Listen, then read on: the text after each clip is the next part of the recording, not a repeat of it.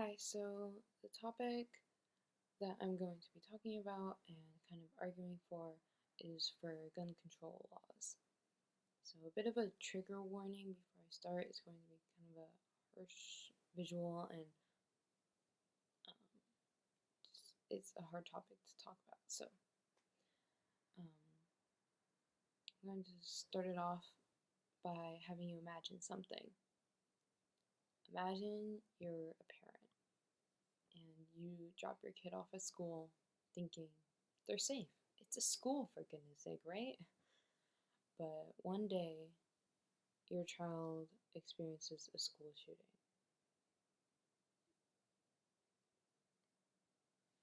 Parents should be able to send their kids to school without this fear. You know, you'll be grieving and missing them for the rest of your life, depending on what happened. Well, this feeling is felt by many because hundreds of people have died in school shootings. And beyond gun violence at school, firearm related injuries in general are, quote, the leading cause of death among people ages 1 through 19 years in the United States, says the NIH. Preventing gun violence, the leading cause of childhood death article.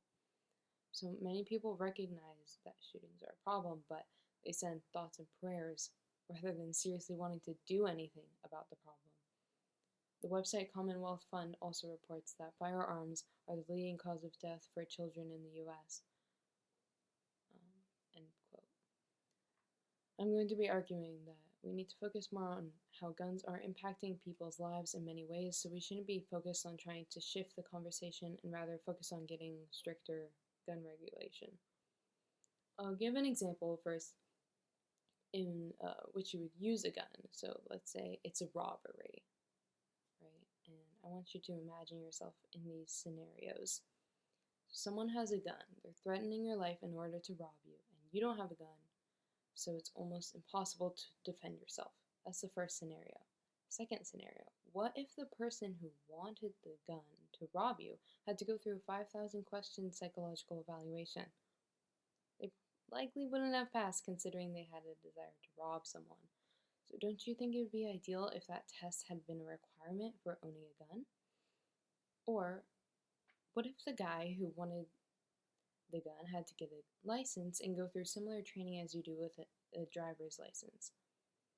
Or what if the person was never able to get a gun in the first place because guns were banned entirely? So think about these things. Wouldn't he have been able to really even threaten you in the first place? Probably not. Then you wouldn't feel a need for yourself to own a gun. Some people feel they need a gun for self-defense. Totally understandable. So I think we can't restrict guns only for working class people, especially not for people of color and other minority groups. It needs to simultaneously be enforced that police do not have guns on them and let SWAT teams only when necessary. It's really only fair that way. And as for now, mental health. So the book from the WEAI nonprofit organization titled Contemporary Economic Policy conducted a study that measured the negative mental effects of communities surrounding where school shootings occurred by looking at emergency department visits in specific zip codes. The report states, quote, for fatal shootings, we found that shooting exposure was associated with an increase in ED visits per 1,000 people in a zip code for suicide ideations by 0.61 and for anxiety disorder by 0.47, which translates to increases of 67% and 8% respectively compared to baseline visits by exposed residents. This shows just how much school shootings are not only affecting the survivors or families and loved ones of the victims, but also the community and neighborhoods around. So I want this piece of evidence to give you more of an understanding of how horribly school shootings impact mental health. Let's save people from having to face these things, right? One of the reasons I think people like to turn gun regulation conversations into conversations about the shooter's mental health, which is a good distraction. It's silly to say that it's the person's mental health issues and none of the fault is on the gun, because guns are a unique weapon that can cause such extensive damage.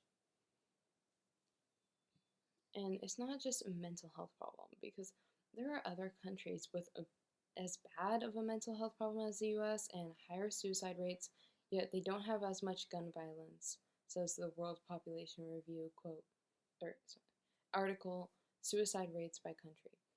The Business Insider article titled "Japan Has Almost Completely Eliminated Gun Deaths, Here's How" explains that the reason why in Japan less than a dozen people each year die from firearms is because the gun regulation is extremely strict there. With a higher but similar suicide rate to the US without mental health reform, they were still able to eliminate most gun violence. Now, by the KFF, the Impact of Gun Violence on Children and Adolescents article says, quote, "The US has by far the highest rate of child and teen firearm mortality."